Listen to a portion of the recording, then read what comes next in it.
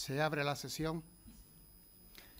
Ilustrísimo señor secretario general de honor de esta Real Academia de San Dionisio de Ciencias, Artes y Letras, ilustrísimos señores académicos, dignísimas autoridades civiles, teniente de alcaldesa, delegado de Turismo y Promoción de la ciudad, delegado de Cultura, Fiestas, Patrimonio Histórico y Capitalidad Cultural, representantes del campus universitario de Jerez de la Universidad de Cádiz, representantes de las entidades benefactoras de esta Real Academia, Fundación Cajasol, Tebasa, Bodegas Williams & Humbert, Fundación La Caixa, Bodegas Jiménez Espínola, amigos de la Academia, señoras, señores, queridos amigos. Comenzamos hoy en la Real Academia de San Dionisio de Ciencias, Artes y Letras el tradicional ciclo de conferencias sobre el vino, por el que han pasado numerosos investigadores, elaboradores, productores, sumilleres y, en general, grandes conocedores de este producto tan cercano a nuestra tierra. Para ello contamos este año como primer conferenciante con la participación licenciado en Ciencias Químicas y Enología, elaborador de vinos, quien desarrollará su conferencia bajo el título Vinos de Pasto, pasado, presente y futuro. Para la presentación de tan ilustre conferenciante cedo la palabra al académico correspondiente de esta Real Academia, ilustrísimo señor don Javier Maldonado Rosso. Tiene la palabra.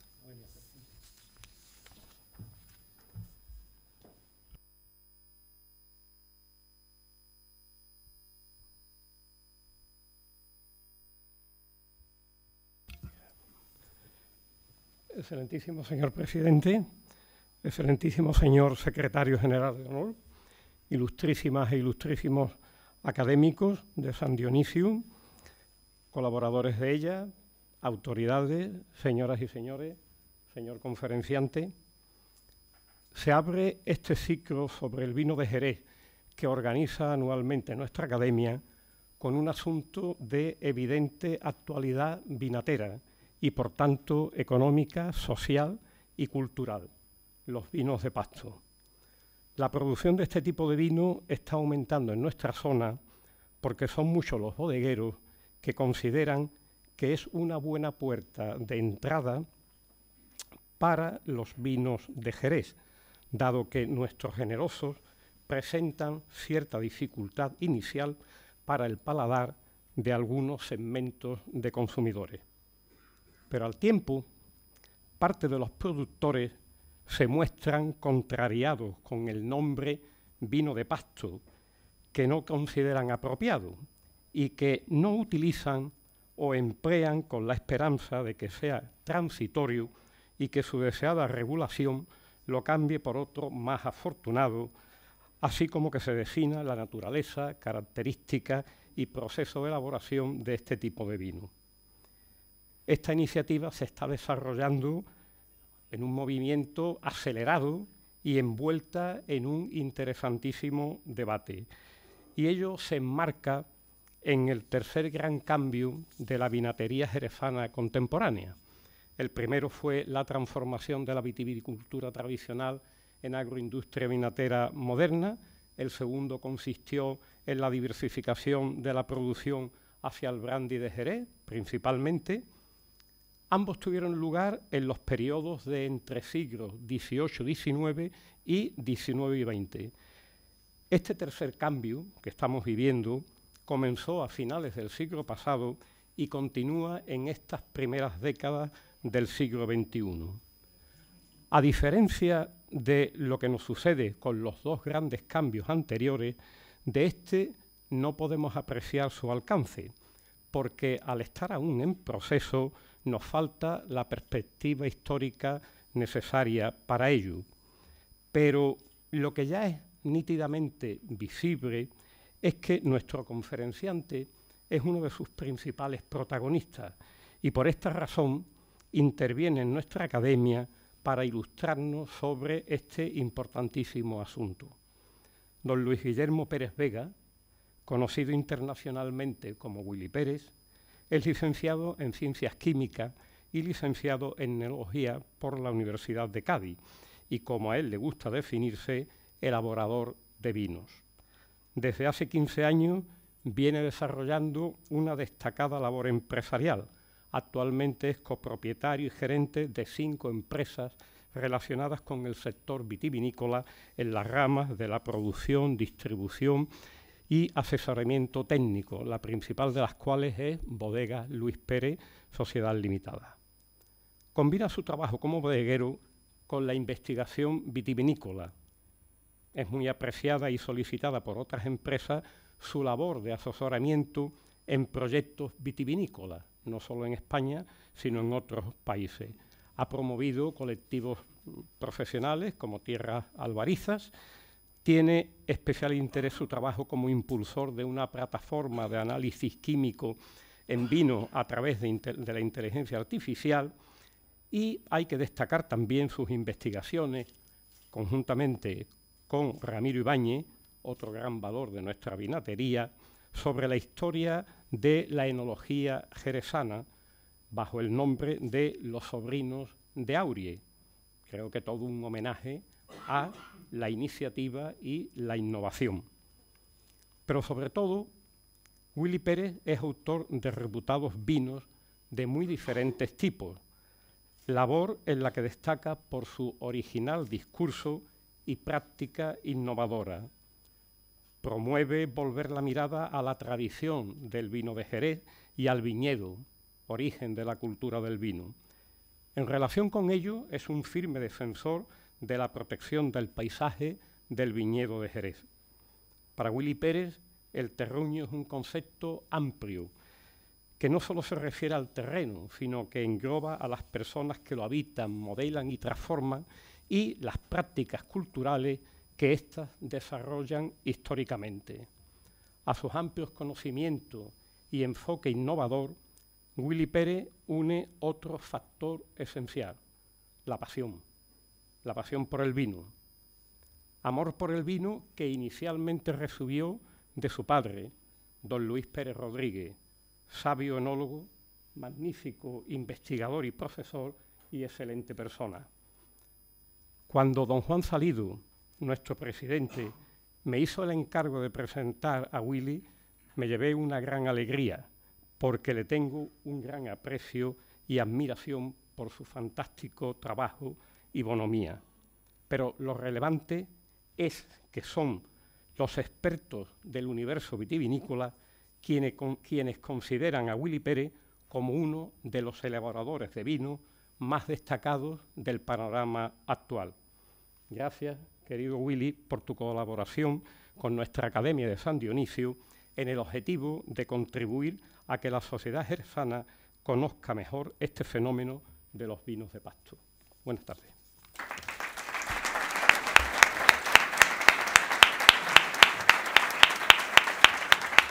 Muchas gracias, ilustrísimo señor, por su brillante presentación. A continuación, me complace ceder la palabra al ilustre jerezano y conferenciante de esta noche, don Luis Guillermo Pérez Vega, licenciado en Ciencias Químicas y Enología, elaborador de vinos, quien desarrollará su conferencia bajo el título Vinos de Pasto, Pasado, Presente y Futuro. Tiene la palabra.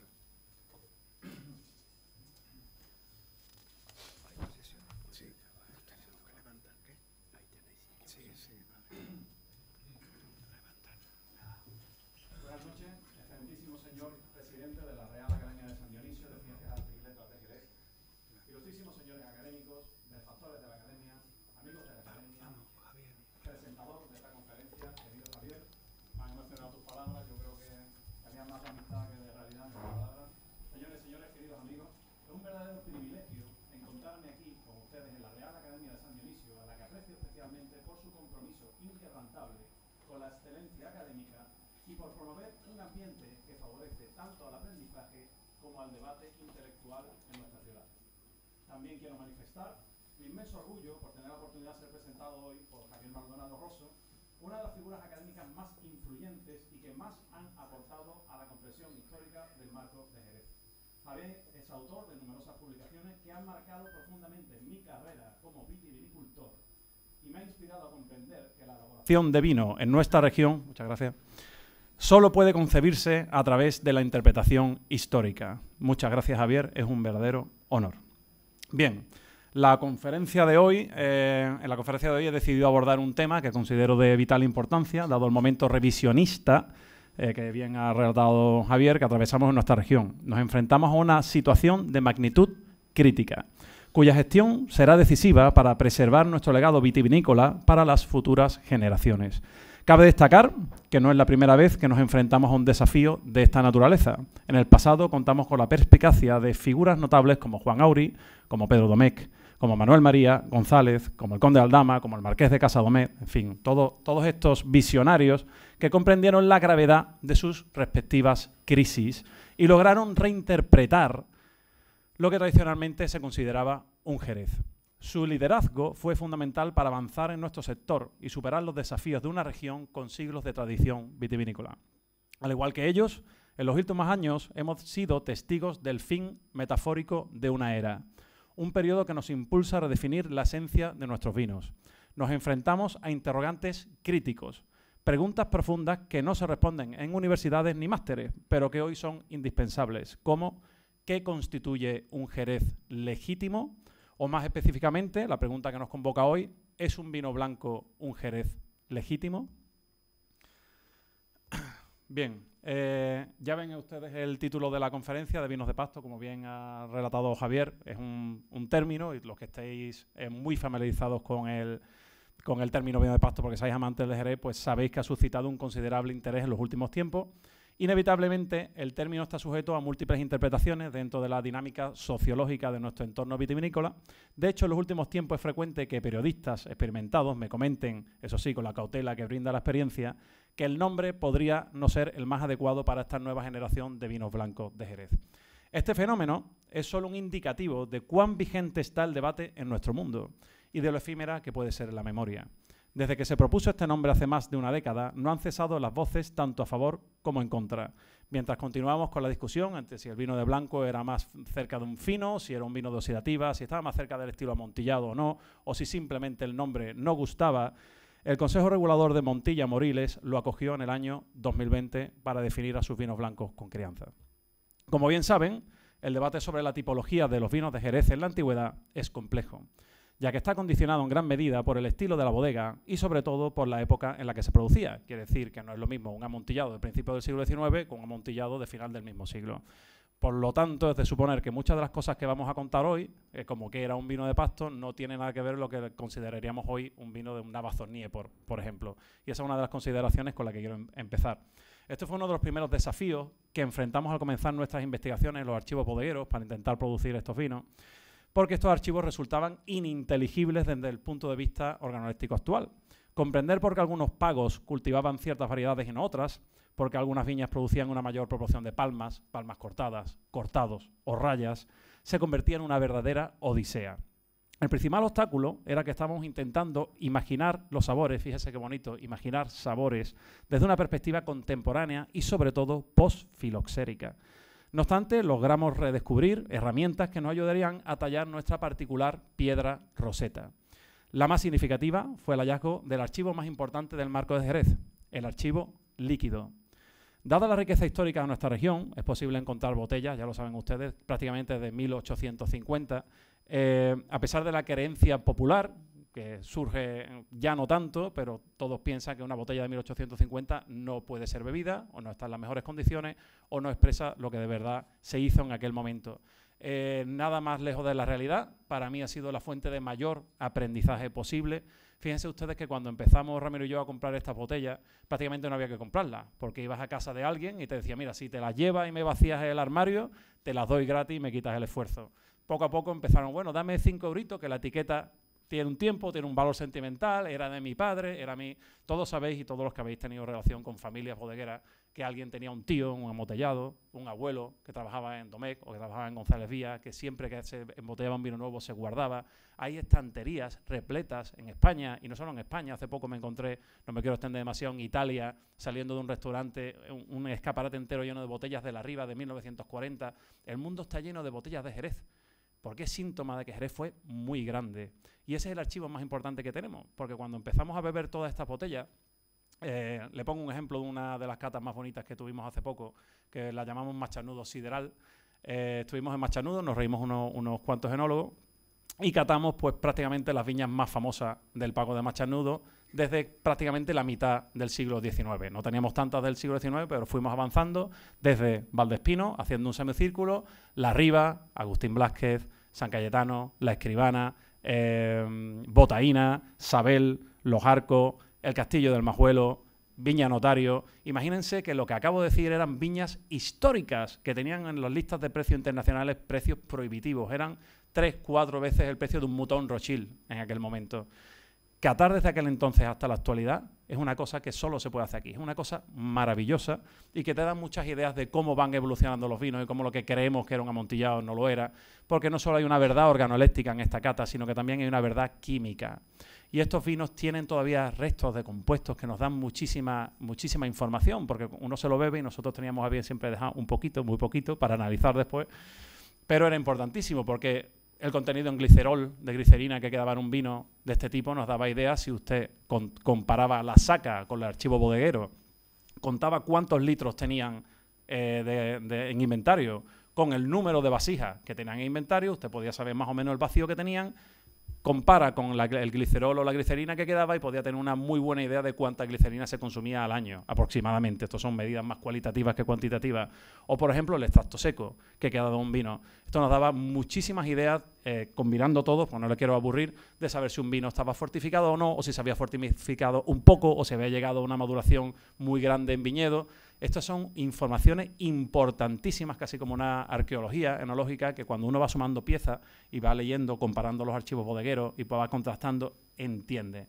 De manera que poco a poco todos estos archivos cobraron sentido. Lo que pasa como cuando uno estudia un idioma y empieza a aprenderlo, al principio escucha una palabra y la entiende, después un verbo, allí va otro y de repente empieza a entender el concepto de lo que uno está escuchando hasta que de repente ya empieza a entender la frase. Esto nos pasó a nosotros catando vinos antiguos. Es muy, muy, muy importante. Aquí tengo un ejemplo que es comparable a leer una partitura de don Antonio Chacón y ver el tiempo y ver las notas de lo que cantaba don Antonio Chacón, o encontrar una vieja grabación de don Antonio Chacón y escucharlo cantar, que por muy vieja y muy degradada y muy deteriorada es escuchar a don Antonio Chacón. Yo creo que esta es una de los ejemplos más bonitos que podemos decir. Bien, como decía, poco a poco los libros van cobrando sentido y nos encontramos con la inevitable consecuencia de sentirnos completamente impotentes. Yo ya les digo que el mejor vino que he catado hasta ahora en mi vida, por supuesto un vino de Jerez, por mi querencia a nuestra tierra, fue un vino de 1850, no viene al caso de decir cuál era, pero después si nos tomamos una copita se lo comentaré. Es imposible que yo pueda llegar a elaborar ese vino nunca, porque eran plantas prefiloxéricas, cultivadas de una forma completamente distinta, con una capacidad de planos, de capas, una complejidad que yo entendí que no lo sé si alguna vez lo conseguiré o no, mientras no solucionemos la filosera es complicado. Y esta sensación de impotencia nos hizo querer elaborar todos los estilos posibles, intentando llegar al máximo de estos estilos que se elaboraban. Les voy a poner un pequeño ejemplo, a ver si lo consigo. A ver. Ahora sí, ¿no? Un pequeño ejemplo de lo que les estoy comentando. En la imagen tienen una distribución de 5 racimos vendimiados el mismo día. Pendientes oeste, pendientes este, pendientes norte, suelo de albariza con un poquito más de arcilla, pero todo de la misma región y del mismo pago. Imagínense las diferencias que encontramos en cada uno de los vinos que se producirían bajo este sistema. Este era el sistema jerezano, el sistema de vendimia por madurez. Era obligatorio, y Javier lo sabe muy bien, que al menos se tenían que dar 3 pases en la misma viña para diferenciar la madurez de los racimos, porque daban vinos radicalmente distintos. Fíjense ustedes que además teníamos 78 variedades. De las 119 o 116, depende de dónde se interprete, que tenemos en Andalucía, 78 teníamos en Jerez. Entonces empiecen a sumar 78 variedades, distinción de suelos, de las 9 categorías que teníamos de suelos más la categoría superior, sobresaliente, cercanía, lejanía al mar, vinificación por pagos, una viticultura de excelencia absoluta, que ahora la comentaremos, y esta selección de madureces. Bien, lo que tenemos hoy en día, y sin querer ser crítico, porque es una nueva forma de hacer vino y representó lo que vino después de la filosera, es coger el primer racimo, que como lo están viendo ustedes, el más verde, el de menos madurez, donde la uva es un poquito más gruesa, donde la piel es más fina, donde hay menos polifenol, se prensa y dependiendo de lo que vayamos añadiendo en la bodega, vamos construyendo el universo de Jerez. Con lo cual queremos decir, y tienen ustedes la primera copa a mano izquierda, de lo que daría ese primer racimo, tendríamos, imaginaros, pues, imagínense, disculpa, la producción de un vino blanco o un mosto.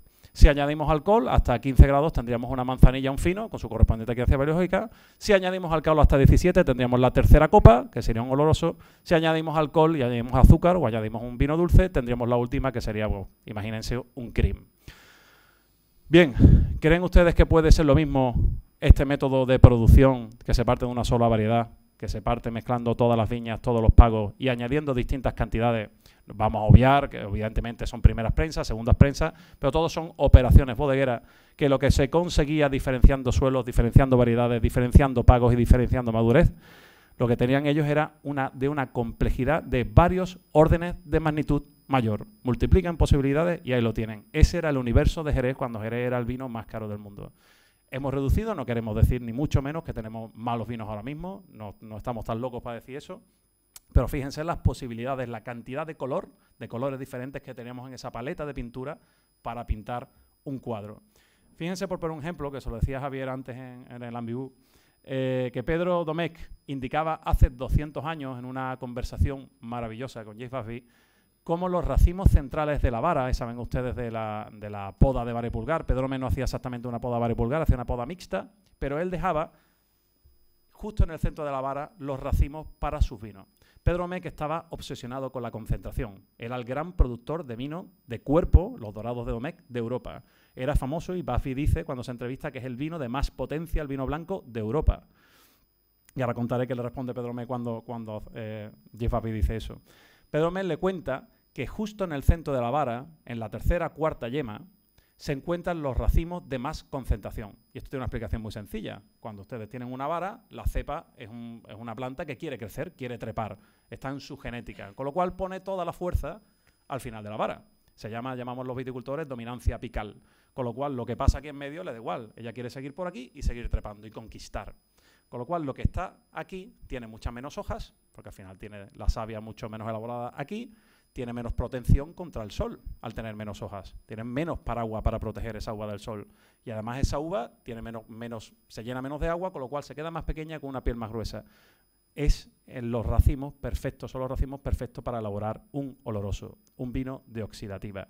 Fíjense hasta qué punto llegaba Pedro Domecq, en este caso en realidad fue su hermano, hasta qué punto llegaban en la excelencia de elaboración. Hoy día, no me quiero tirar a la piscina diciendo un número, pero puede que no haya 20 personas en el mundo que sepan de este conocimiento que describe Pedro Domecq y su hermano en aquel momento. Fíjense lo que estamos diciendo. Estamos hablando hace 2 siglos, y el conocimiento es exquisito.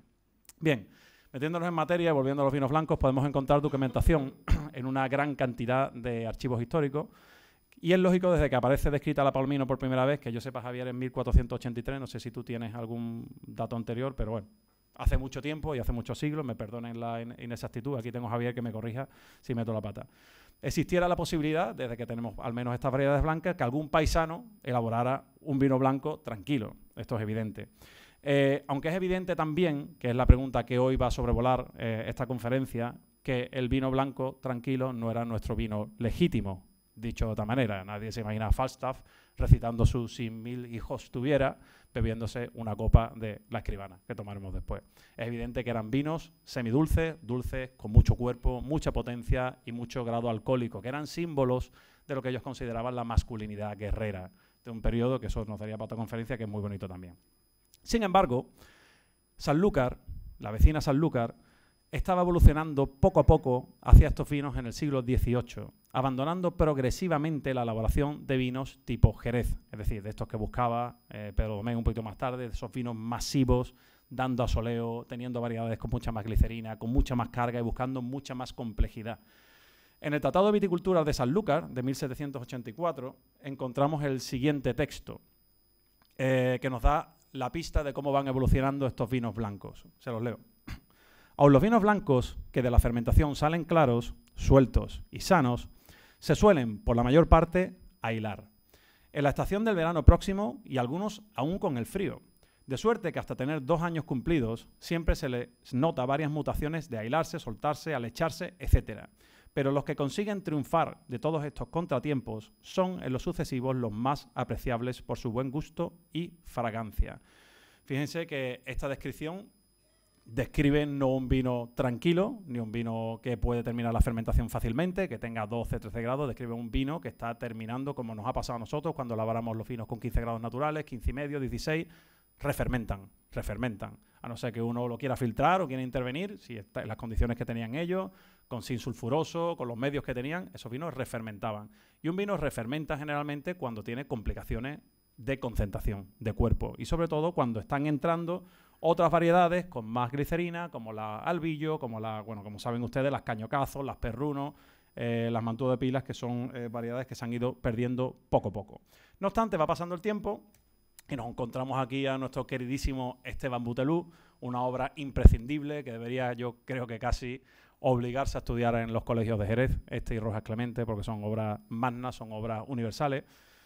Pues ya vemos como Esteban Buteloup, describiendo Sanlúcar, hace una reflexión y cambia un poquito lo que decía el Tratado de Viticultura de Sanlúcar, pues unos 20 años más tarde. Se los leo. Hace unos 60 años que vendimiaban los de Sanlúcar del mismo modo y en las mismas épocas y con igual diligencia que los de Jerez, con estos vinos que le he contado, concentrados, con cuerpo, con variedades de vendimia más tardías, muchas texturas y mucha glicerina.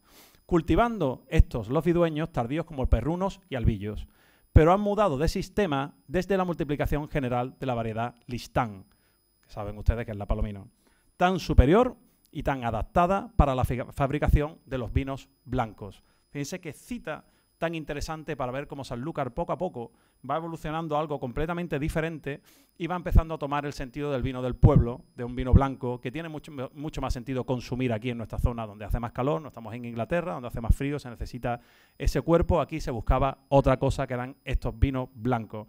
Esto es curioso porque desde Jerez siempre se vio y se critica, incluso Velázquez Castelu lo critica haciendo también en la historia de Sanlúcar, como que Sanlúcar está yéndose a unos vinos que no tienen valor.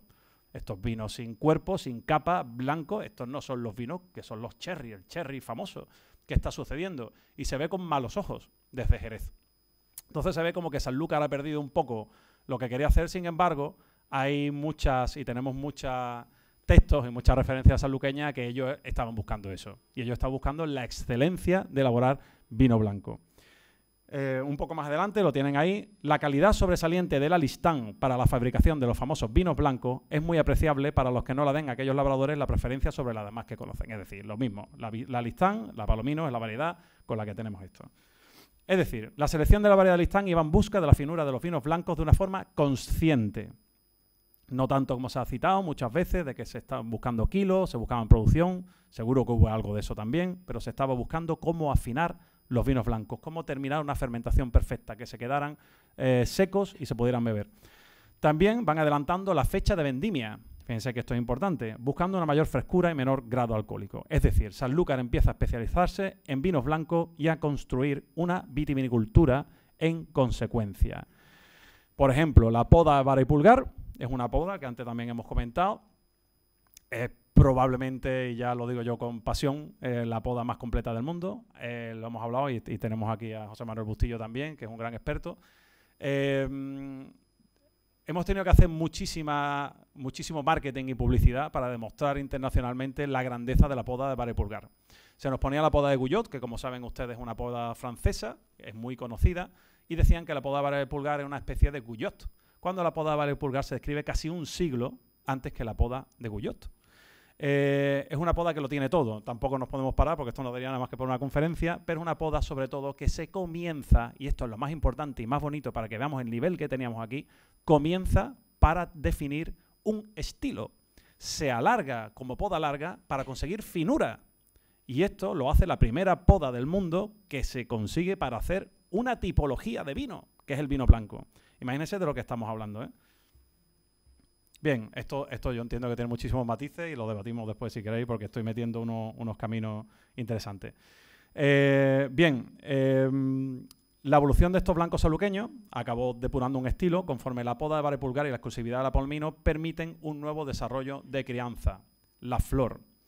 Es decir, un 100% de Palomino vendimiado antes con la poda de vara y pulgar tiene una altísima probabilidad de desarrollar flor.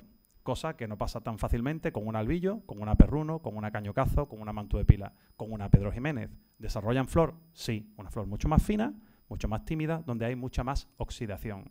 La palomino es una variedad seleccionada, no está seleccionada por eso, pero tiene muy bajos polifenoles y hace que la flor salga muy fácilmente.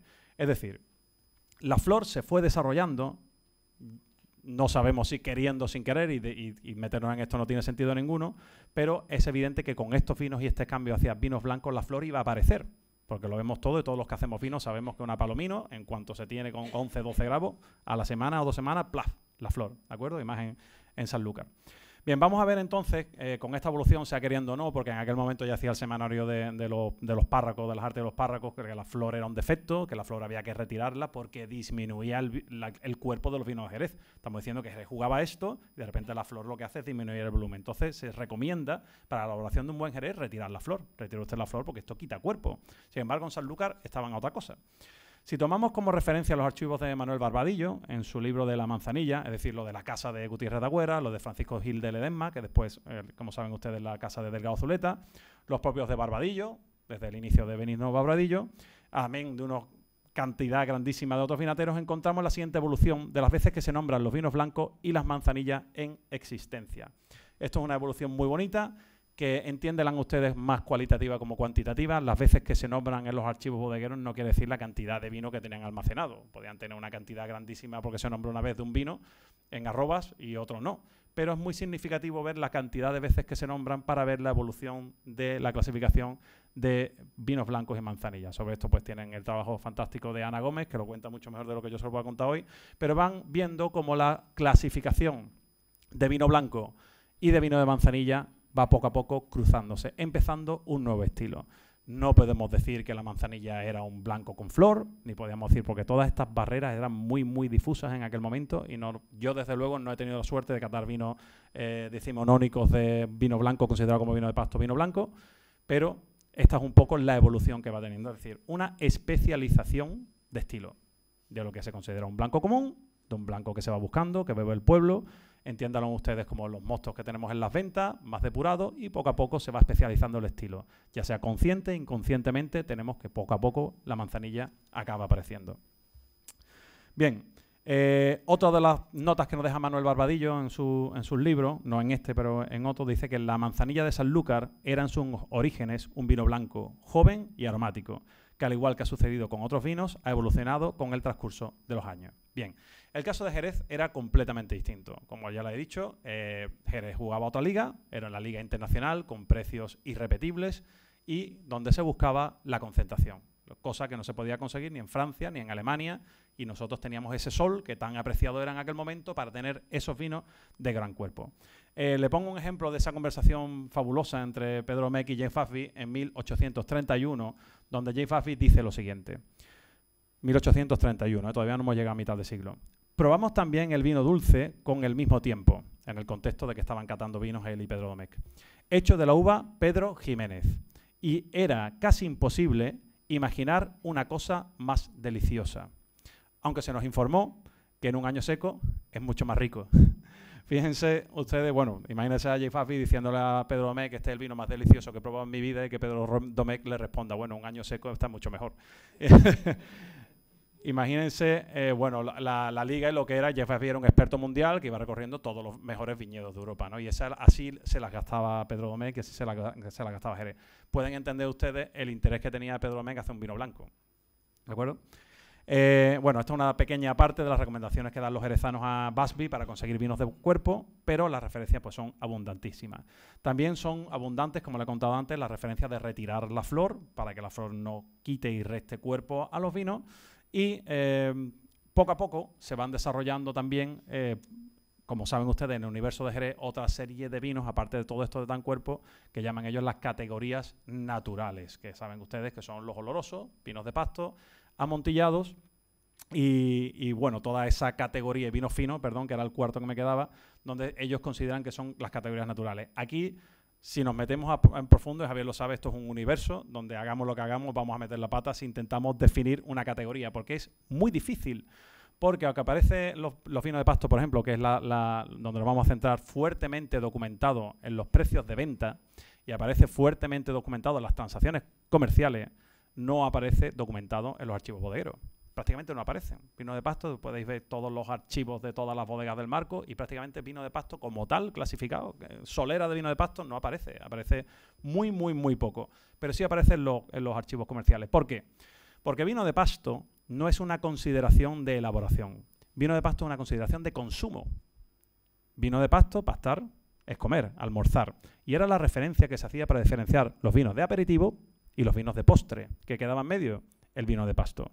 Con lo cual es una consideración de consumo. No podemos decir que fuera ni vino blanco, ni que fuera vino amontillado, ni que fuera... Era simplemente lo que consideraba el bodeguero, que era el vino que se podía beber mejor. De hecho, una de las acepciones que tenía vino de pasto en el siglo XIX, beber a pasto, era beber hasta que uno no pudiera más. Beber hasta que se saciara. Es muy bonito eso de beber a pasto. Vamos a beber hoy a pasto. Entonces, una consideración de los vinos que sentaban bien. Los vinos que se podían beber de trago largo y se podían beber en comida. Empezaron siendo, según las referencias que tenemos y las cosas que hemos podido analizar y algunas cosas que sí hemos podido beber, blancos con algo de crianza y eran distintos a los blancos comunes, porque los blancos comunes, como saben ustedes, que estaban bien elaborados en Sanlúcar, pues era como un vino sin crianza, ¿no? Como un mosto. Ya para vino de pasto, lo que hemos encontrado es que normalmente ya tenían que tener cierta crianza, al menos como unos 18 meses. Sin embargo, como le he dicho, intentar saber qué era exactamente uno de pasto es una odisea. Porque había, vinos de pasto, tenía, una categoría superior, pero tenía pues vinos de pasto naturales, vinos de pasto de botella naturales, vinos blancos de pasto natural, tenían una cantidad de descripciones increíbles. Sin embargo, nos vamos a ir aquí a una de las textos o de los textos que más me gustan de Charles Tobey. Charles Tobey era un experto mundial que hace un libro que es el Wine in One Countries, que es esto es un experto mundial, de nuevo, ahí uno lee 10 páginas de este libro y entiende que el tipo sabía muchísimo sobre vitivinicultura. Estaba muy puesto, podía meter la pata en ciertas cosas, pero era un hombre de vino, una persona que sabía catar, sabía beber y entendía y tenía un sentido común en la elaboración grandísimo. No lo voy a leer todo, pero por lo menos el primer párrafo. Creo que es importante. Antes de hablar de los vinos de Francia, estaba recorriendo Europa, debemos considerar los de España. El Jerez, en particular, requerirá gran parte de nuestra atención como un vino que merecidamente goza de la alta estima tanto en este país como en otros. Es lamentable que los paladares ingleses y su prejuicio nacional por lo potente y fuerte, es decir, lo que buscaban ellos eran los vinos de mucha potencia, a menudo provoquen la mezcla de alcohol con este vino. Hace muchos años, el autor importó varios toneles de Jerez sin mezclar con alcohol. El vino era delicado y de alta calidad y poseía suficiente alcohol natural como para haberse conservado durante un siglo. Sin embargo, fue condenado por carecer de cuerpo y claramente no se adaptaba al gusto general. No obstante, los vinos más costosos son aquellos de crecimiento natural puro. Bien, esto lo sabemos viendo las listas de precios del siglo XIX. Podemos citar el vino de pasto, un vino que se encuentra en las mesas de la nobleza española, de los cuales un tonel de la mejor calidad supera en valor a 5 de la calidad ordinaria, y que es el mejor y más saludable de los tónicos agradables. Este vino, la esencia misma del Jerez, sería denunciado por aquellos acostumbrados al Jerez preparado para el mercado inglés como desagradable. Es decir, este era un visionario, había visto que los vinos naturales sin fortificar era la esencia verdadera de la albariza, la esencia, porque era un gran aficionado a los vinos, y dice que bueno, que él ha intentado importar estos vinos, pero el resultado es que a nadie le gusta porque la gente lo que quieren es esos vinos dulces, grandes que eran los Jerez. Le leo simplemente la primera frase del segundo párrafo. El vino de pasto, al cual se ha hecho referencia, es, como hemos dicho, el más fino de los vinos secos de España.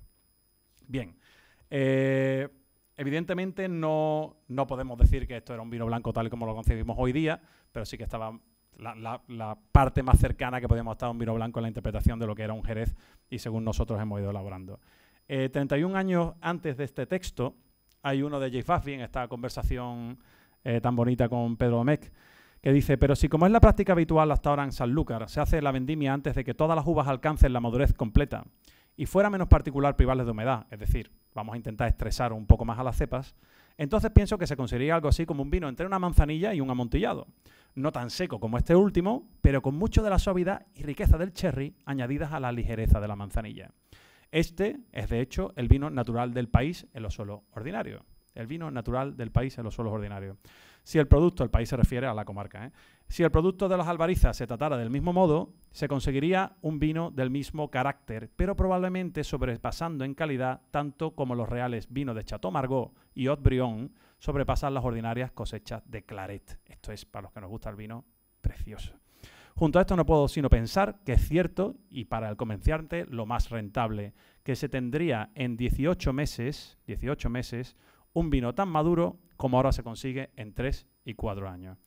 Bien, esta última referencia perfectamente podría definir un vino fino o a un vino blanco, pero estamos ahí, en ese camino, porque la línea divisoria es muy fina, muy pequeña, dependiendo de cómo fue evolucionando. Y eso Javier tiene yo creo lo mejor que se ha escrito cerca del nacimiento del vino fino, donde lo va contando, esa línea de cómo evoluciona el vino en el siglo XIX, pues va cambiando, ¿no? Vamos a ver, por seguir un poquito más rápido, porque creo que me estoy liando demasiado, algunas listas de precios de lo que encontrábamos acerca de los vinos de Pasto en la bodega. Esto es la lista de precios en 1863 de González Vías. Y como ustedes ven, van los Natural Cherries, que son como los vinos más apreciados en esa lista de precios, como los olorosos y los vinos de Pasto, creo que se ve más o menos bien. Van en un grupo a 80 libras y otro grupo van con los vinos finos y amontillados a 90. Ven ustedes simplemente los precios que alcanzaban y cómo se clasificaban. Esto es una cosa que hemos visto también mucho elaborando. Los vinos de Pasto están mucho más cerca en esa categoría, si ustedes lo tienen en primera instancia, lo que sería también un oloroso de primera prensa joven, pero van viendo la importancia que tenían. He puesto 2 archivos, uno de una bodega de González Vías, que hacen esta expedición, y para complementar, uno de una casa que es Morel Bros, una casa londinense que también expedía vino, donde ven ustedes también agrupado con el amontillado el vino de Pasto a unos precios bastante grandes. Bien, hace poco, es una pequeña anécdota que se me va a colar aquí, estuve dando una cata en Fortune & Mason allí en Londres, y fue muy bonito ver, porque estas cosas cuando uno va viajando y te sacan todo el mundo, que hay Jerez en todos sitios, ¿no? Y Fortune & Mason empieza en el siglo XVIII y tienen una cantidad de archivos maravillosos de intercambios comerciales con Jerez. Y siempre que voy, pues me sacan allí todos los papeles, tal, Will, y estuve dando una cata allí que me invitaron al Boat Room, que fue maravilloso, que es una sala del siglo XVIII de la Junta Directiva, y me sacaron también especificaciones de importación de vino de Pasto. Sin embargo, bueno, me llenó de alegría descubrir que entre todos esos Haut-Brion, esos Chateau Margaux, esos Mouton Rothschild, el vino más caro de todos fue un Domecq de 1780, que superaba como en 3-4 veces a todos los demás, ¿no? Es muy bonito, es una pequeña anécdota para que vean ustedes lo que uno disfruta defendiendo Jerez por el mundo. Bien, aparte de los documentos mostrados, hay una cantidad de documentos muy grandes, como el de la exposición vinícola de Madrid de 1877, donde se clasifican los vinos ya por el Ministerio de Fomento y ya se van poniendo en orden lo que es cada uno de los vinos. Aparecen muchos los vinos de pasta, aparecen vinos de Pasto de Chiclana, blancos de Pasto de Chiclana, porque se dirían tinto de Pasto, blanco de Pasto, y hay una cantidad de documentos grandísimos que no le quiero aburrir. Simplemente que nos quedemos con la idea de que era lo más cercano que podíamos entender a un vino blanco, salvando las diferencias que ya le hemos explicado que son grandes. Bien, tras la filosera y el dominio absoluto de la Palomino y el tránsito gigantesco que hace la enología jerezana, sobre todo entre 1909 y 1935, donde hay una especie de triángulo de las Bermudas enológico. Uno cata botellas y aquello es completamente distinto. Ustedes recuerdan que la filosera llega en 1894 y pues, ¿qué hace? Plantas nuevas. Y las plantas nuevas dan majuelos nuevos. ¿Y eso qué dan? Pues vinos totalmente diferentes. Saben que un vino empieza a ser vino cuando una planta tiene al menos 20 años. Jerez se ve entera con una nueva plantación, con una serie de nuevos vinos que no encajan en el modelo antiguo. Entonces, entre 1909 aproximadamente, que empieza ya casi todo el territorio a estar replantado hasta el 35, con el sello del Consejo Regulador a fuego de lo que es un Jerez, y con el libro de Manuel María, que también de alguna manera ayuda mucho a sellar lo que es cada una de las tipologías, ustedes pueden catar cualquiera de estos vinos a partir de esa década y lo entenderían en su categoría. Ustedes pueden catar un amontillado de 1940 y entenderían que es un amontillado. Pueden catar un fino, entenderían que es un fino. Hay un cambio muy grande desde ese sello del Consejo Regulador. Ya les digo yo que si catan 1910 es distinto y si catan 1915 es distinto, pero de repente en el 30 y tanto, hace poco, por ejemplo, catamos en las Esparteras, Ramiro y yo hicimos allí también una cata y bueno, como siempre uno van abriendo botellas, aquí tengo esta botella, tal, y abrieron un Tío Pepe de los años, principios de los años 30 y yo la situé, es una tontería poner clasificaciones de vinos, pero bueno, yo la situé entre mi top 5 de mi vida, esa botella del Tío Pepe de los 30, porque fue maravillosa. Y no fue maravillosa simplemente por la organoléctica, por esa estética organoléctica que tiene las botellas. Fue fabulosa porque estaba completamente fuera de tiempo, estaba fuera de su época. Allí hubo un capataz, hubo alguien que pensó y sacó un vino que era maravilloso. No era un vino completamente seco, todavía le quedaban como 2-3 gramos de glicerina, tenía un centro de boca que unía perfectamente la entrada con la salida. Fue un vino alucinante que no era propio de aquella época, porque en aquella época ya se empezaba a trabajar, terminar casi los vinos, sobre todo ya en los años 40, terminar y agotar los vinos completamente de glicerina. Todavía se entendía que había algo de vino blanco en ese vino y había fruta de muy, muy madura. Fue un vino maravilloso. Bien, vamos a avanzar un poquito y ya todo esto les suenan y les suena mucho más que a mí, que soy mucho más joven. Pero el otro día pues tuve a bien llamar al padre de Gabriel, que está sentado aquí presente con nosotros, para que, como él bien decía, dice, yo soy Willy ya el único de los que queda vivo de aquella cónclave que elaboró el Castillo de San Diego. Como ven ustedes, me saltan muchas cosas porque Jerez no considera los vinos de Plastos ni los vinos blancos legítimos para ser pronunciados en el Consejo Regulador en 1935. Se obvia. A partir de 1924, ya cuando llega Primo de Rivera, Jerez empieza como lo que nosotros entendemos que es hoy, y todo esto se borra. Amén de las ventas, de los mostos y todo el consumo particular, de los aguapiés y todo lo que teníamos en el consumo local, pero como gran vino culto, como gran vino de lujo, no existe el vino de Pasto. Llega, o el vino blanco, a mí esto de que sea Pasto blanco a mí es completamente indiferente. El tema es la concepción de vino blanco con algo de crianza. Bueno, pues llega el Castillo de San Diego y le cuento la anécdota porque yo creo que es bonita y es bueno hacerle un reconocimiento a Gabriel, que nos sentamos el otro día a tomar una conversación. El contexto del bautizo precisamente de Gabriel, que él nace en 1975, Gabriel padre marca, él estaba en Barbadillo, como ustedes saben, y marca una tinaja que tenía flor, por cierto, y que tenía crianza sobre Elías, la marca en primavera para el bautizo. Entonces, Antonio Barbadillo, que en lo sucesivo llamaremos el Toto, y me perdonan ustedes la confianza para distinguirlo de otros Antonios Barbadillo, Toto le dice a Gabriel, oye Toto, oye Gabriel, ¿por qué has marcado esta tinaja? No, porque, hombre, para conmemorar el nacimiento de Gabriel, tal, me gustaría embotellar alguna botella del mosto del año, tal, no sé qué. Ah, bueno, yo te lo regalo. No, hombre, que yo lo quiero pagar, tal, bueno, tal. Bueno, pues yo voy a ser padrino. Dice Toto a Gabriel, vale, perfecto, pues vamos a hacer el bautizo. Llegan al bautizo y en aquel momento, pues, bueno, saben que era una persona muy conocida, tanto Gabriel, sobre todo el Toto, ¿no? Y ya aparece allí Julio Iglesias, aparecen muchos famosos, y entre ellos aparece el que era dueño de una cadena que ustedes conocerán, que era La Dorada. Lo conocen ustedes, tú lo conocerás mejor, Juanlu, yo no lo he conocido La Dorada con la potencia que ustedes la han conocido, que era Félix Cabeza. Entonces Félix Cabeza estaba en aquel bautizo, estaban ya bebiendo mucha manzanilla, estaban ya de vinos duros, y Toto le dice a Gabriel, oye Gabriel, ¿cómo está el mostito del niño? Pues no lo sé, está ahí en un trujal, saca una botellita. Empezaron a beber y Félix Cabeza, que estaba allí en una de esas que estaban bebiendo, dice, oye, esto está fantástico, esto es lo que yo... Dense cuenta ustedes, y me atrevo a poner, porque algunos de ustedes estaban presentes en esa época y lo conocen mucho mejor, en español había vino blanco. Había 4 vinos blancos en los restaurantes de calidad. Estaba el Viña Esmeralda, no había nada. El que quería tomarse un vino blanco se tomaba una manzanilla o un jerez. Eso era así.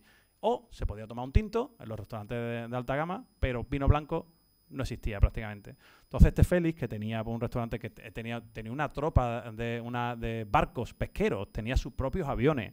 O sea, lo que era La Dorada era una cosa increíble. Entonces le dice Félix, le dice a Toto, oye, yo me quedo con todo. ¿Cuánto hay de esto? Que me lo quedo todo. Total, que Gabriel le dice, mira, yo no te, esto es el vino del bautizo, pero en 2 meses que la vendimia te hago todo lo que tú quieras. Perfecto. Esta historia, que es muy bonita, que por cierto, hay que decirlo, que me lo dijo Gabriel, que venía en aquel momento del Cuco de Balbaína, aquella tinaja. Esta historia es una historia muy bonita, pero yo lo que no conocía una parte, es que Félix Cabeza fue el dueño del Castillo de San Diego, de la marca, hasta 1993. Es una cosa que no conocía, que fue muy curioso, hasta que ya Barbadillo la compra. Bien, bueno, esta es una historia, no hace falta que les diga lo que ha supuesto Castillo de San Diego para la zona. En 1991 ya vendía 1 millón de botellas. 1995 aquello, bueno, solo Félix, solo La Dorada, llegó a vender 800.000 botellas. Solo La Dorada. Fíjense, la cifra es una locura. Y de hecho Barbadillo tenía que pagarle un pequeño fee a Félix si vendía fuera de La Dorada. Y llegaron a varias botellas. Ahí yo creo que nunca nos vamos a llegar a enterar cuántas botellas se han llegado a vender de Castillo de San Diego. Gabriel decía que 12 millones lo convertiría en el vino blanco más vendido de Europa. Bien, Poco más tarde, pasan los años, ya saben ustedes que sale de Tierra Blanca. Ahora hablaremos del contexto de cómo nace también los vinos de la Tierra de Cádiz y el encaje que tuvo, que se crea ad hoc para estos tipos de vinos que salen de blancos afrutados. Nace otro vino, que muchos de ustedes no lo conocerán, que es el Viña Montejil. Luis Arroyo, en Garbey, hace un vino que aporta algo nuevo. Y esto es importante que lo veamos aquí. No tengo tiempo de contarlo hoy, se lo he dicho antes también a Javier. Yo creo que es muy importante que entendamos que el vino es un arte. Algunos vinos son un arte, pero hemos tenido una dictadura, que también por ahí Paco Pérez, que ha hablado mucho de eso hace 20 años, dictadura visual y auditiva de los sentidos, que parece que son los únicos sentidos capaces de proveer arte. Sin embargo, el olfato, el gusto y el tacto están completamente negados para que entendamos que pueden producir un arte, porque la mayoría de la sociedad está a oscuras con estos sentidos. Los que estamos todo el día catando desarrollamos como una quinta dimensión, ¿no?, donde podemos ver el mundo de otra manera, y esto es como el que intenta ver un cuadro de Sorolla con una luz apagada. Aquí no se ve nada. Pues esto es lo que nos pasa con el olfato. Sin embargo, lo que nos gusta el vino, la textura que te entra desde que empieza el vino hasta que termina, ponerlo en un contexto temporal es como ver una película, ¿no? Es una cosa maravillosa. Por eso a mí me gusta que cada vez que alguien innova, cada vez que alguien hace algo, pues darle su sitio, ¿no? Entonces, este vino aporta algo nuevo y le leo el texto. Es el contexto año 2000. Es un vino blanco de mesa elaborado con uva palomino. Hasta aquí todo normal. Existe en el mercado vinos con estas características, pero hay algo más. Y esto es que el vino ha permanecido en bota durante 10 meses criando bajo velo de flor. Y esto lo hace totalmente diferente. Bien, posteriormente, en el año 2006 tenemos un vino, que es uno de mis vinos favoritos de la historia. Es el Navazo Dniepr. En el contexto de una conferencia en Ronda. Yo estaba en esa conferencia, por eso me tomaba la licencia de ni mirar el año, pero era 2006, 2007. Jesús Barquín con Jassi Robinson y Dirk Nipor están en una mesa redonda. Y Jesús Barquín, que muchos los conocerán, un 50% de equipo Navazo, le hace una pregunta a Dirk Nipor. Para mí, el enólogo más respetado del mundo y el que yo más admiro. Dirk, ¿tú qué harías en Jerez para solucionar la crisis? La respuesta de Dirk fue muy sencilla. Un vino blanco.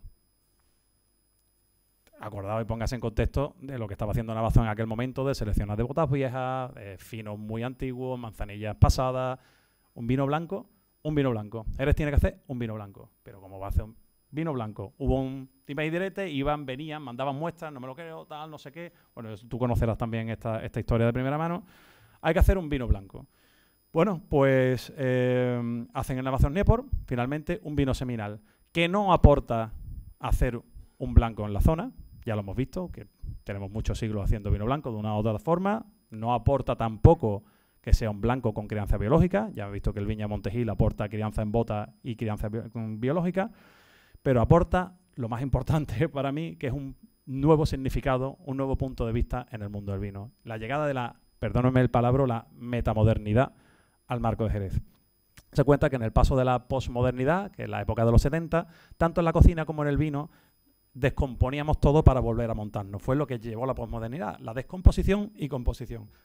Ahí está la cocina molecular, que conocen ustedes, también del bulli y de toda la cocina vasca, de toda la cocina catalana, donde podías descomponer algo y volver a montarlo. Era un poco el juego que se hacía, porque la ciencia era la que dominaba el discurso y éramos capaces de reproducir cada una de las moléculas que tenía cada uno de los vinos para controlarlo. ¿Necesitas llegar a 15 grados? Añades alcohol. ¿Necesitas menos polifenol? Clarifica. O sea, todo era posible de controlar en aquella época porque se desarrolló un conocimiento científico. ¿Necesitas esta levadura? Esta levadura. Esa es la posmodernidad.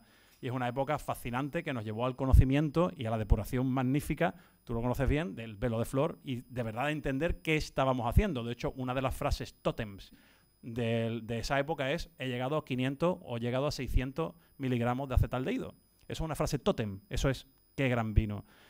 Y yo no digo como crítica ni mucho menos, vamos, era la belleza de aquel momento. Tenemos un canon ético, que es el conocimiento, y un canon estético que deviene de ese canon ético, que es la belleza y representar el control del vino mediante esta descomposición, de entender algo descompuesto. ¿Qué aporta Equipo Navazos y qué aporta Dirk Nipor? La vuelta al terruño, la vuelta a los pagos, la vuelta a los suelos. Ellos hacen un vino de macharnudo y hacen un vino de Miraflores. Y esto le da la vuelta completamente al sentido que entendemos hoy como sentido metamoderno. Posteriormente surgieron los Socaire de Primitivo Collante, los Forlones, los Callejuelas. los Ramiro Ibáñez, que no está por aquí tampoco, los Meridianos Perdidos de Joaquín, los Muchachos del Clepar, y no sigo diciendo porque me voy a dejar gente y al final me van a dar un cosquí. Pero entienden ustedes que se desarrolla un nuevo sistema muy bonito de personas que están haciendo vino de pasto, y con esto ya encadenamos el final. Vosotros también estáis haciendo, Esteve está haciendo también vino de pasto. Prácticamente ya casi todas las bodegas del Marco están haciendo vinos blancos, o como lo que han llamado, blancos de Albariza, ¿vale? Esto es indiferente. Todos estos vinos blancos, digamos que aproximadamente 80-85% de los vinos blancos que están saliendo al mercado tienen más de 90 puntos Parker en las guías, o de cualquiera de las guías. Están consideradas en las guías internacionales, casi todas las guías de cada país están sacando monográficos de los vinos blancos. Bueno, lo tengo aquí, Decanter, Robert Parker. Decanter hace poco nombró mejor vino blanco del mundo a un vino blanco del Marco de Jerez. Nombró uno de los 10 mejores viñedos del mundo a Macharnudo también por una cata de un vino blanco de Jerez. Publicaciones no de este mundo, no del mundo del vino, como el New York Times, hizo un monográfico de los vinos blancos del Marco Jerez. La Place de Burdeos ha acogido un vino blanco del Marco Jerez. El primer vino blanco que España manda a la Place de Burdeos a la subasta es un vino blanco de Jerez. En fin, no les quiero aburrir, pero saben ustedes que la cantidad de medios y de interés mediático de todos estos vinos ahora mismo está siendo increíble, y el crecimiento en ventas es grandísimo, a 2 y 3 dígitos. Lo queramos o no, los vinos blancos, o vinos de pasto, como ustedes deseen llamarlos, no están amparados organolépticamente. Está vino de Tierra de Cádiz, que como ustedes bien saben, salen en el contexto de Tierra Blanca, en el contexto de Castillo San Diego, de todos estos vinos que amparan vino blanco afrutado. Sin embargo, nuestros vinos no se han afrutado. Imagínese usted qué desagradable cuando un laboratorio, da igual, voy a decir Rioja por decir, que certifica un vino blanco de la Tierra de Cádiz, se le manda un vino nuestro y lo rechazan porque huele a acetaldehído, que como saben ustedes, la molécula produce la crianza biológica. Es decir, nos rechazan en otros laboratorios nuestros vinos porque huelen a flor. No estamos acogidos. En el día de hoy, a día de hoy, que creo que es día 23, ¿no?, de abril, no estamos acogidos, no tenemos una representación organoléptica de nuestros vinos. Son expulsados, y esto origina un problema legal grave que puede ser solucionado, que no podemos poner añadas. Todo al final tiene cabida y solución haciendo los más esquivos y bueno, como nos pasa en el desarrollo rural. No, es que el camino no está, pero puedo hacer esto, pero ponte por aquí. No es serio. No es serio si está saliendo en New York Times, no es serio si sale en el número 1 del vino mundial, no es serio si la media de los vinos blancos del Marco Jerez triplica en precio a la media de los vinos de Jerez. Fíjense qué pena. La media de los vinos blancos triplica en precio a la de los vinos de Jerez. Bien, esto nos lleva a terminar con el futuro. Intentar adivinar el futuro es una maravillosa forma de equivocarse, porque es prácticamente imposible. Sin embargo, yo, a tenor de esta charla y también de intentar poner en contexto pliego de condiciones de la denominación, todo esto que estamos intentando trabajar, porque no se los he dicho, los vinos blancos intentaron entrar dentro de la denominación de origen Jerez cuando tuvimos este problema. Fue rechazado, no se vio. Yo no lo veo ni bien ni mal, de hecho creo que puede llegar a ser positivo que no entren dentro de la denominación de origen Jerez, y entonces ahora mismo estamos en ello, estamos en intentar hacer una nueva denominación de origen que acoja exactamente los vinos blancos. Esto es una cosa que tiene un precedente muy cercano, que es los vinos de Porto, que saben que son nuestros hermanos portugueses, que es muy parecido al nuestro, pero en tinto, por decirlo sencillo, y Douro, que es la denominación de origen que ellos empiezan para hacer vinos tranquilos, ¿de acuerdo? En eso estamos, mucho más que haber metido, como hizo Montilla Moriles, en el año 85, también llamé a Enrique para enterarme exactamente del desarrollo de los vinos blancos y los vinos de pasto. Enrique, lo conoce ustedes, el presidente de la denominación de origen de Montilla Moriles. Lo sacamos fuera, y en eso estamos. Ahora es mucho más político, tenemos que hacer muchos movimientos para que todo el mundo esté de acuerdo, pero creemos y somos optimistas en que lo convertiremos y le tendremos la suerte. En esta entrevista que hice con Dirk Nipor en su bodega en Oporto acerca de los vinos blancos, él me dio la pista, me dice: yo tuve muy claro que tenéis que hacer un vino blanco, porque en los 90 nosotros hicimos esa separación de Porto y Douro. Hoy, me decía, que fue el año pasado, las ventas de Porto y las ventas de Douro casi empatan. Él creía que este año las ventas iban a empatar. Porto va bajando, desgraciadamente, igual que Jerez, y Douro va subiendo. Y se encontraban ese mismo año, 30 años más tarde. Enrique me decía lo mismo en Montilla Moriles, dice: las ventas de los vinos tradicionales están bajando, pero como tenemos acogidos los vinos blancos dentro de la denominación, las ventas son estáticas. lo que baja uno, está creciendo el otro. Estos son solo ideas, simplemente yo no estoy ni mucho menos en posesión de la verdad. Me veis que soy apasionado, pero no me creo en posesión de la verdad. Hay que escuchar mucho y ver cómo cada bodega encara el problema. Lo que sí veo, y creo que será muy positivo, es una premisa. Empezar una nueva bodega de Jerez hoy día es prácticamente imposible. No hay bolsillo que lo pueda soportar. Empezar y vinificar y tener 5. Imagínense que salen al mercado con un fino de 5 años, que por sí es un fino medianito. Querer tener 5 añadas almacenadas, sacarlo y encima triunfar en el mercado con los precios es imposible. ¿Y eso qué hace? Bloquea el talento joven. Una persona con 25 años no puede terminar la carrera o no puede terminarse el máster o lo que sea y empezar a hacer un vino de Jerez. Es imposible. Ya lo sabemos que el vino, lo decía el Marqués de Casadomé, el vino de Jerez es un vino de ricos, ¿de acuerdo? Pero si no viene talento joven con nuevas ideas, tenemos muy bloqueado el desarrollo de la zona. ¿Qué permiten los vinos blancos? Que alguien con 25 años llegue, se vaya a una viña maravillosa como puede ser el Caribe, o como puede ser, bueno, alguna de las viñas de Macharnudo, o alguna de las viñas de Balbaína, o alguna de las viñas de Maína o de Miraflores, compre uva, hasta hace nada 0,30 y tanto, ya subió los precios, pero sigue siendo barato, y al año siguiente tiene un vino blanco en la calle, mínimo a 15 euros, y no solo eso, que ahora viene lo más bonito. Se sienta con un periodista, se sienta con un importador y pone encima de la mesa una botella con 80 años de esa viña. Y saca un libro con la trazabilidad vitícola de esa viña. Y saca una lista de precios, siendo el precio 3 veces más caro que un Mouton Rothschild en el siglo XIX de esa viña. Díganme ustedes si creen que existe alguna denominación de origen ahora mismo en el mundo que permita lo que les estoy contando. Ya se lo respondo yo, no la hay, y menos al precio que tenemos. No existe. Esa ventana que hemos tenido en estos últimos 10 años para que la gente entrara y pudiera, los viticultores y vinicultores, comprar uva y tener un vino mundial, no existe en otro sitio. Es por eso que tanta gente está viniendo a hacer vino. ¿Qué es lo único que yo pido? Y nosotros tenemos todos los años en la bodega de 10 a 15 alumnos en práctica. ¿Qué les pido? Tienen que estar aquí leyéndose Manuel María, el Jerez Series, o tiene que estar aquí leyendo a Rojas Clemente, o tiene que estar aquí leyendo a Parada y Barreto. No puede intentar hacer un blanco internacional sin atadura a su sitio, porque las referencias son tan importantes y la conexión con el marco es tan importante, es indiferente si tiene flor, no tiene flor, si tiene bota. Usted tiene que dar una referencia y tiene que entender dónde se encuentra. O como decía antes, yo dudo de mí mismo muchísimo, o no. Como decía Friedrich Schlegel, cada uno ha encontrado en los antiguos lo que necesitaba o lo que quería, preferentemente a sí mismo. Bien, por eso no tiene sentido, y termino, hablar de si un vino de pasto es legítimo o no, porque en última instancia solo importa la distancia histórica, lo que hablamos, si vamos a tener distancia histórica en el futuro. ¿Resistirán otro siglo? ¿Estos vinos resistirán Navazos famosos, Navazos Dniepr, otro siglo? ¿Cómo se verá dentro de un siglo? ¿Por qué? Porque cuando un vino revela su identidad, trasciende el tiempo, negándose a ser confinado dentro de las fronteras de una denominación geográfica o de una técnica de crianza específica. Es tan enigmático como el arte mismo, un espejo que refleja la realidad de su era, tal como Juan Gaudí personificó la Ilustración y Pedro Mec y Manuel María representaron el romanticismo, tal como el conde de Aldama y el marqués de Casadomec representaron el naturalismo, o lo que yo llamaba el regionalismo.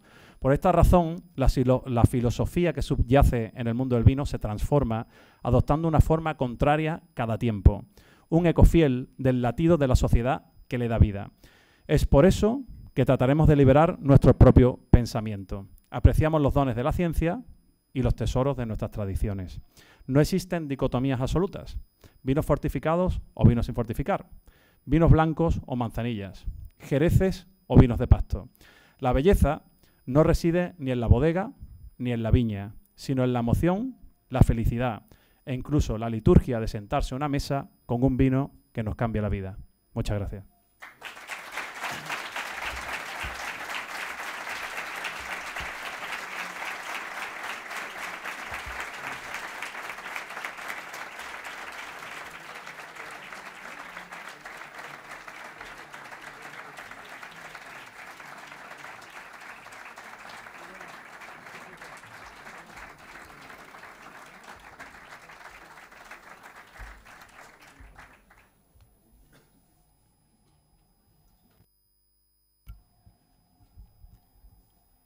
Muchas gracias. Muchas gracias, querido Guillermo, Willy, para los amigos, por tan brillante, rigurosa, novedosa exposición y permitidme también el adjetivo académica. Enhorabuena. Hace unos días leí al conocido periodista y crítico de vinos Alberto Lucchini decir lo siguiente: ahora que gracias a la Sherry Revolución que se ha vivido en los últimos 10 años, más o menos a todo el mundo le suenan cosas como fino, manzanilla, amontillado, oloroso o palo cortado. De repente, de lo que se habla es de los vinos de Pasto. ¿Y qué son los vinos de Pasto? Pienso que este gran especialista debería haber estado hoy aquí para enriquecerse con las consideraciones y reflexiones que nos ha trasladado. Sí debo decir que en ese artículo también señalaba: para quienes quieran descubrir por qué los vinos de Pasto se han puesto de moda, aquí van unas sugerencias. En primer lugar, los que elaboran los visionarios Ramiro Ibáñez y Luis Pérez, dos de los principales responsables de la renovación de Jerez y de la recuperación de estos vinos. Del primero, V, incluido dentro de su proyecto sanluqueño Cota 45. Del segundo, La Escribana, que extrae toda la esencia del Pago de Macharnudo, el de mayor altitud del marco. Gracias, Willy, por el empeño que demuestras en el crecimiento de los vinos de nuestro entorno, que sin duda aportan valor añadido y una presencia en las mesas de los mejores restaurantes, que sin duda acompañan y complementan la tradicional oferta de los vinos generosos de Jerez. Muchas gracias igualmente a las autoridades que nos acompañan, a los benefactores y amigos de la Academia y a todos los que hoy nos honran con su presencia, y les emplazo para pasado mañana, jueves día 25 del presente mes de abril, a las 19:30 horas, para asistir a la segunda conferencia del ciclo del vino, que se celebrará en las bodegas Williams & Humbert, que estará a cargo de doña Pilar Cabero, mejor sumiller de España en 2013 y crítica de vinos en ABC. La presentación de la conferencia estará a cargo del consejero delegado de bodegas Williams y académico de número de esta Real Academia, ilustrísimo señor don Jesús Medina García de Polavieja. A continuación, en la zona de la biblioteca se servirá una degustación de los vinos que hemos tratado en esta conferencia, gracias a la gentileza de Bodegas Luis Pérez. Sin más consideraciones, se levanta la sesión. Muchas gracias a todos.